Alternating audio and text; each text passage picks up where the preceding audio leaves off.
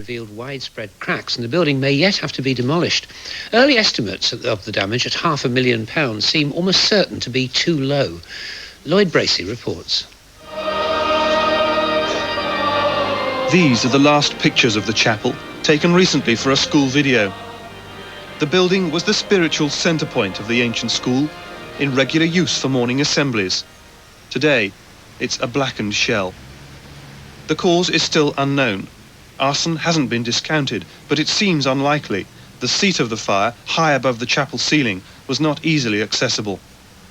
As boys carry to safety the few effects they were able to salvage, the headmaster goes into the building for the first time since the fire. The devastation is even more than I had seen from looking at it from the top on a crane I went up on. And the walls even more damaged.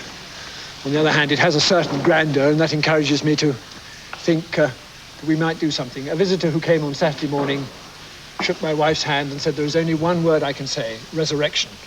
And that expresses exactly the feeling we all have, and actually coming in I feel even more strongly.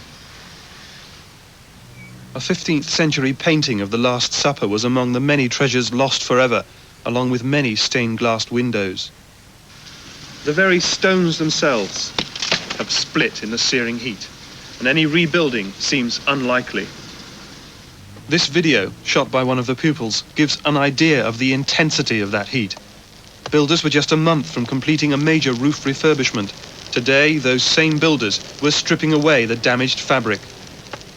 We've got to take some sections of it down so that we can decide whether it's safe for rebuilding. It can't be reconstructed just as you see it at the moment. But school goes on as normal. The boys whose parents pay about £2,000 a term were saddened by the fire, even the new boys, or novae, although some more than others.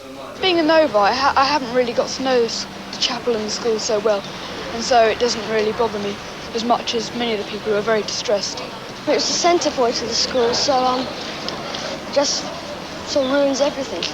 We all met together there, but for about another 3 years now we're not going to be able to meet there.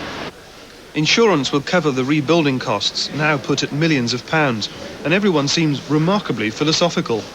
Our purpose of educating the 680 boys who are here is a clear one. I think they see very clear purposes in their life, and we're not going to let the destruction of a building, however precious it is to us, deflect us from those purposes. Indeed, we're going to use this as a way of enriching those purposes and then rebuild the chapel at the centre as the symbol of everything we do. Lloyd Bracey, Coast to Coast, Tonbridge. Replace the BCCI money.